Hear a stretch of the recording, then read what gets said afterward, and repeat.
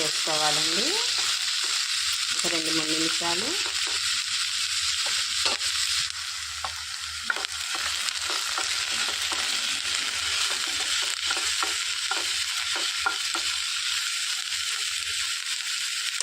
మూత పెట్టి ఒక 5 నిమిషాలు మగ్గించుకోవాలండి.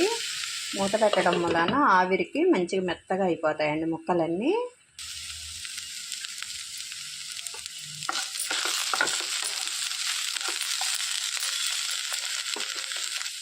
ఇందులోనికి కొద్దిగా చింతపండు వేసేసుకోవాలి. రుచికి సరిపడా సాల్ట్ వేసుకోవాలి. మంచిగా కలిపి ఫ్రై చేసేసుకోవాలండి.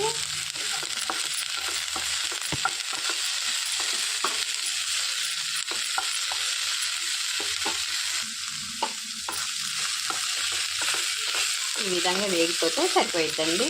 ఇప్పుడు దీన్ని స్టవ్